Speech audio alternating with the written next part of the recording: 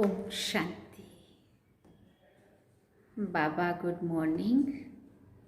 आज बाबा के 3 जनवरी 2023 के महावाक्य हैं।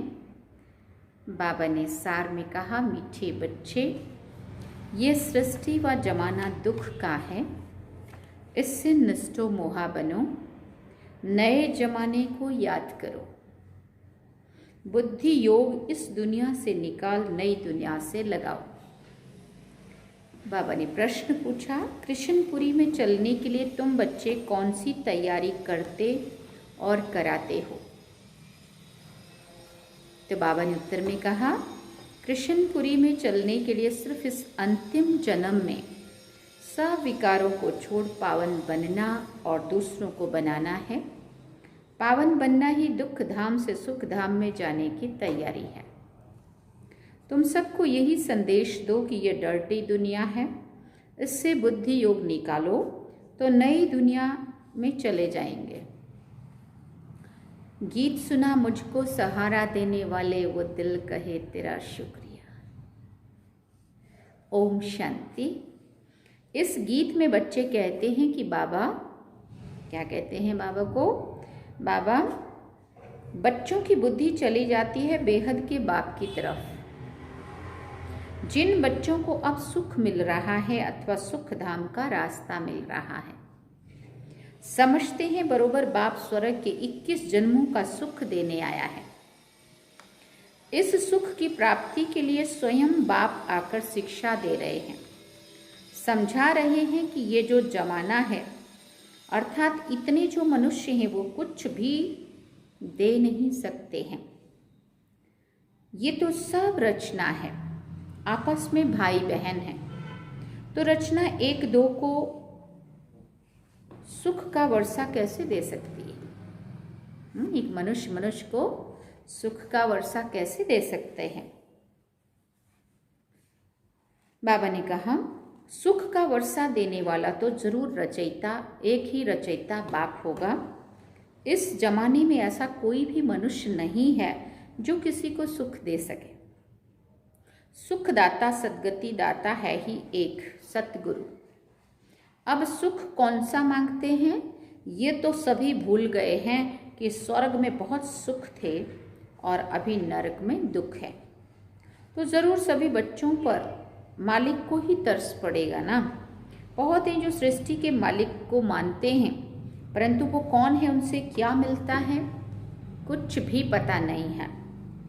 ऐसे तो नहीं मालिक से हमको दुख मिलता है। दुख हरता सुख करता कहा है ना हमने, तो ऐसा तो नहीं है कि उससे हमें दुख मिलता है। याद करते ही उनको हैं सुख शांति के लिए।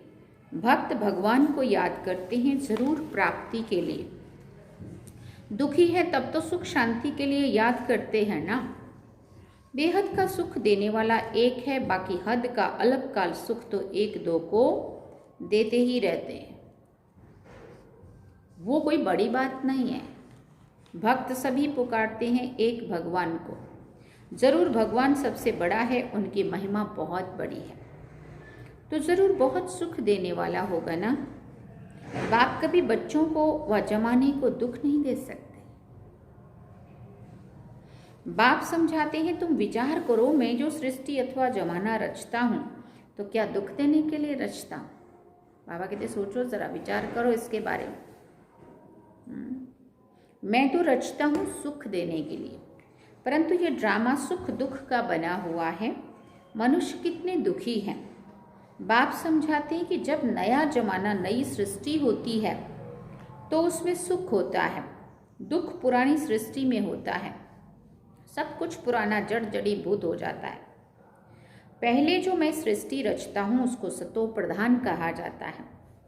उस समय सभी मनुष्य कितने सुखी रहते हैं। वो धर्म अब प्राय लोप होने के कारण कोई की बुद्धि में नहीं है। तुम बच्चे जानते हो नया जमाना सतयुग था, अब पुराना है, तो आशा रखते हैं कि बाप जरूर नई दुनिया बनाएगा। पहले नई सृष्टि नए जमाने में बहुत थोड़े थे और बहुत सुखी थे। तो बाबा कहते जिन सुखों का पारावार नहीं था नाम ही कहते हैं स्वर्ग, वैकुंठ, नई दुनिया। तो ज़रूर उसमें नए मनुष्य होंगे, ज़रूर वो देवी देवताओं की राजधानी मैंने स्थापन की होगी ना। नहीं तो जब कलयुग में भी एक भी राजा नहीं, सब कंगाल हैं, फिर एकदम सतयुग में देवी देवताओं की राजाई कहाँ से आई? ये दुनिया बदली कैसे? परंतु सभी की बुद्धि इतनी मारी हुई है जो कुछ भी समझते नहीं हैं। बाप आकर बच्चों को समझाते हैं। मनुष्य मालिक पर दोष धरते हैं कि वही सुख दुख देते हैं, परंतु ईश्वर को तो याद करते ही हैं कि आकर हमको सुख शांति दो, स्वीट होम में ले चलो। फिर पार्ट में ज़रूर भेजेंगे ना। कलयुग के बाद फिर सतयुग ज़रूर आना है। मनुष्य तो रावण की मत पर हैं, श्रेष्ठ मत तो है ही श्रीमत। बाप कहते हैं मैं सहज राजयोग सिखाता हूँ, मैं कोई गीता का श्लोक आदि नहीं गाता हूँ जो तुम गाते हो। क्या बाप बैठ गीता सिखाएंगे? बाबा पूछ रहे। मैं तो सहज राजयोग सिखाता हूँ। स्कूल में गीत कविताएं सुनाई जाती है क्या? स्कूल में तो पढ़ाया जाता है। बाप भी कहते हैं मैं तुम बच्चों को पढ़ा रहा हूँ, राजयोग सिखला रहा हूँ। मेरे साथ और कोई का भी योग नहीं है, सब मेरे को भूले हुए हैं। ये भूलना भी ड्रामा में नोंद है। फिर बाबा ने कहा मैं आकर फिर याद दिलाता हूँ, मैं तो तुम्हारा बाप हूँ, मानते भी हो इनकॉर्पोरियल गॉड है तो उनके तुम भी इनकॉर्पोरियल बच्चे हो, निराकार आत्माएं।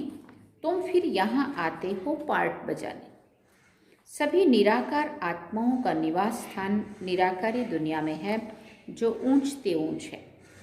ये साकारी दुनिया भी, फिर आकारी दुनिया और फिर निराकारी दुनिया सबसे ऊपर तीसरे तबक्के पर है। बाप सन्मुख बैठ बच्चों को समझाते हैं। क्या समझाते हैं? हम भी वहाँ के रहने वाले हैं। जब नई दुनिया थी तो वहाँ एक धर्म था जिनको हेवन कहा जाता है। बाप को कहा जाता है हेवनली गॉड फादर। कलयुग है कंसपुरी, सतयुग है कृष्णपुरी। तो पूछना चाहिए कि अब तुम कृष्णपुरी में चलेंगे? अगर तुम कृष्णपुरी में चलना चाहते हो तो पवित्र बनो।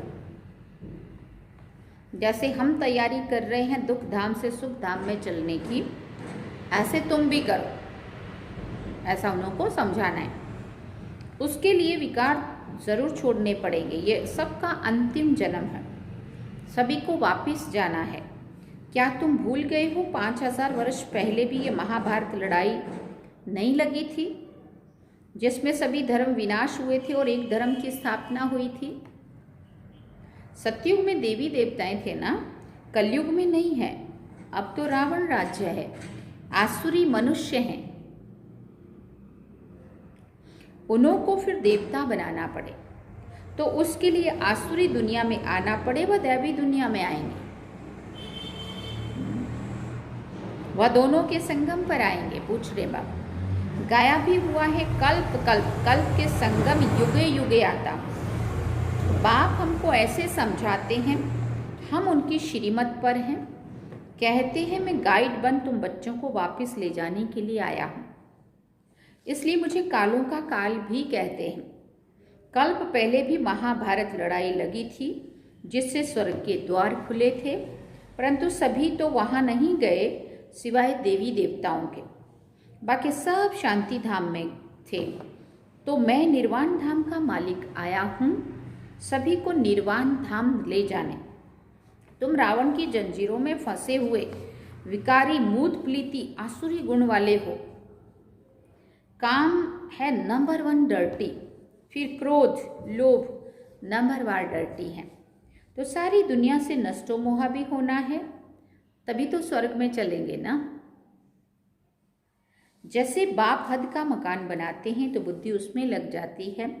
बच्चे कहते हैं बाबा इसमें ये बनाना, अच्छा मकान बनाना।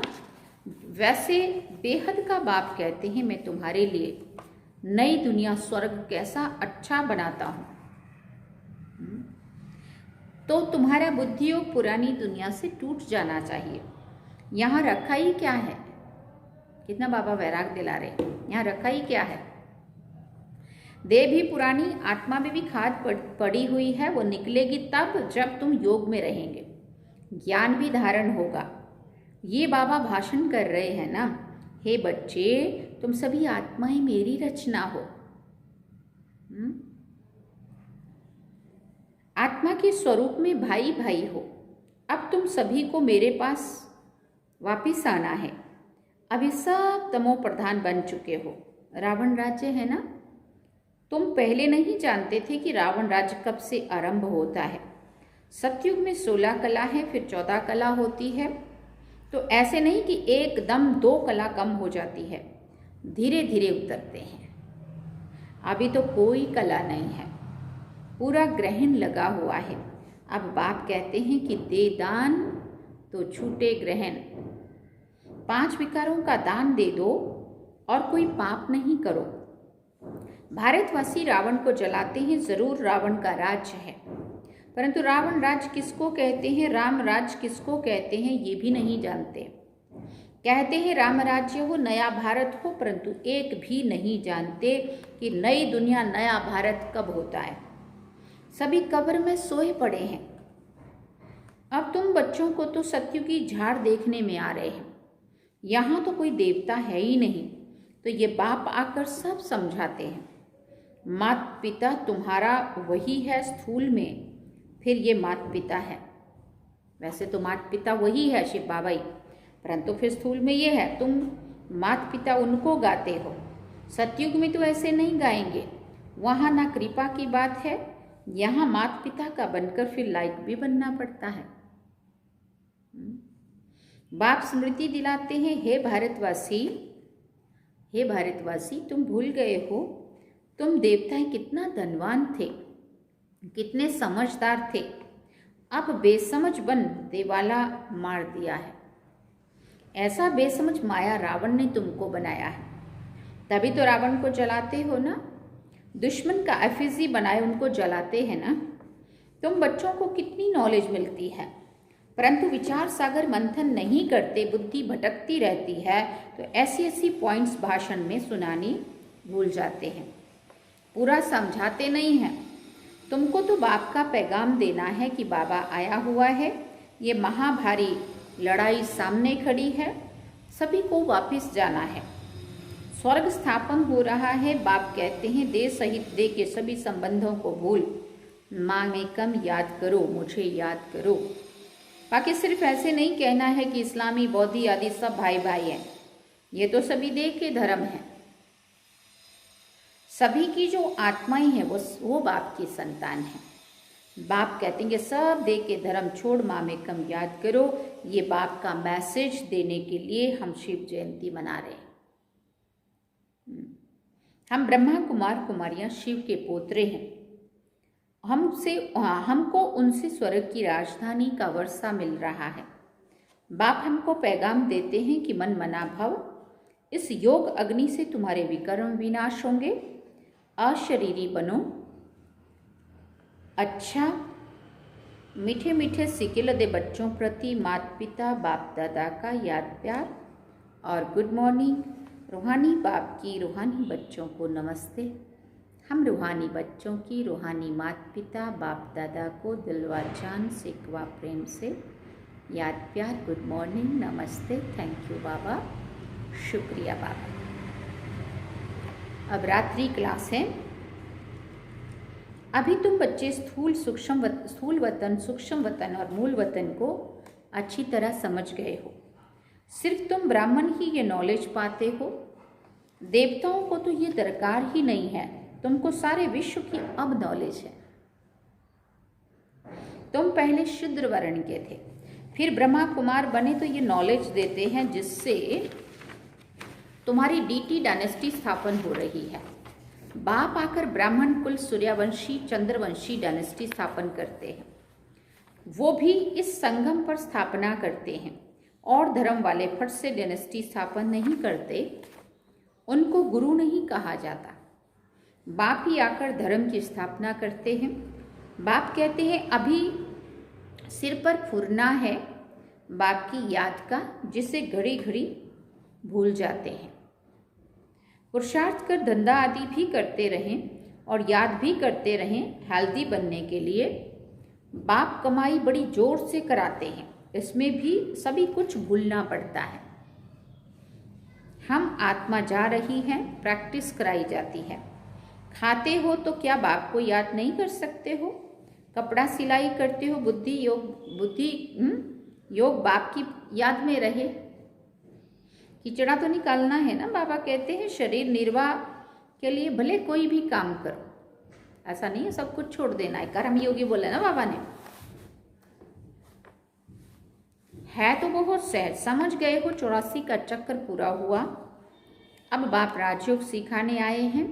ये वर्ल्ड की हिस्ट्री ज्योग्राफी इस समय रिपीट होती है, कल्प पहले जैसे ही रिपीट हो रही है। रिपीटेशन का राज भी बाप ही समझाते हैं। वन गॉड वन रिलीजन भी कहते हैं ना, वहाँ ही शांति होगी। वो है अद्वैत राज्य। द्वैत माना आसुरी रावण राज्य, वो है देवता और ये है दैत्य। आसुरी राज्य और दैवी राज्य का भारत पर ही खेल बना हुआ है। भारत का आदि सनातन देवता धर्म था, पवित्र प्रवृत्ति मार्ग था। फिर बाप आकर पवित्र प्रवृत्ति मार्ग बनाते हैं। हम सो देवता थे, फिर कला कम होती गई। हम सो शूद्र डायनेस्टी में आए। बाप पढ़ाते ऐसे हैं जैसे टीचर लोग पढ़ाते हैं, स्टूडेंट पढ़ते हैं। अच्छे स्टूडेंट पूरा ध्यान देते हैं, मिस नहीं करते हैं। ये पढ़ाई रेगुलर चाहिए। ऐसी गॉडली यूनिवर्सिटी में अब्सेंट तो नहीं होनी चाहिए। बाबा गुहिया बातें सुनाते रहते हैं। अच्छा, गुड नाइट। रूहानी बच्चों को नमस्ते। हम रूहानी बच्चों को की भी रूहानी माता पिता बाप दादा को दिलवा जान से कुआ प्रेम से याद प्यार नमस्ते। गुड नाइट बाबा। थैंक यू बाबा, शुक्रिया बाबा। अब धारणा के लिए मुख्य सार है। पहला पॉइंट, देखिए सब धर्मों को छोड़ अशरीरी आत्मा समझ एक बाप को याद करना है। योग और ज्ञान की धारणा से आत्मा को पावन बनाना है। दूसरी बात, बाप जो नॉलेज देते हैं उस पर विचार सागर मंथन कर सबको बाप का पैगाम देना है। बुद्धि को भटकाना नहीं है, बुद्धि को भटकाना नहीं है। वरदान में बाबा ने कहा, बाप के कदम पर कदम रखते हुए परमात्म दुआएं प्राप्त करने वाले आज्ञाकारी भव। आज्ञाकारी अर्थात बाप दादा के आज्ञा रूपी कदम पर कदम रखने वाले। ऐसे आज्ञाकारी को ही सर्व संबंधों से परमात्म दुआएं मिलती हैं। ये भी नियम है। साधारण रीति भी कोई किसी के डायरेक्शन परमाण हांजी कहकर कार्य करते हैं तो जिसका कार्य करते उसकी दुआएं उनको जरूर मिलती हैं। ये तो परमात्म दुआएं हैं जो आज्ञाकारी आत्माओं को सदा डबल लाइट बना देती है।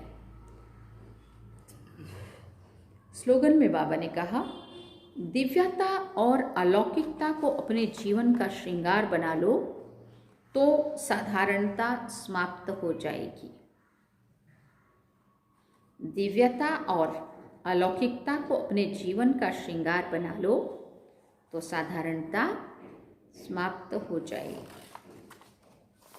अच्छा, ओम शांति। सार में बाबा ने कहा, मीठे बच्चे, ये सृष्टि व जमाना दुख का है, इससे नष्टो मोहा बनो, नए जमाने को याद करो। बुद्धि योग इस नई दुनिया से निकाल नई दुनिया में लगाओ। और गीत सुना, मुझको सहारा देने वाले और दिल कहे तेरा शुक्रिया। अब हम चलते हैं बाबा की याद में।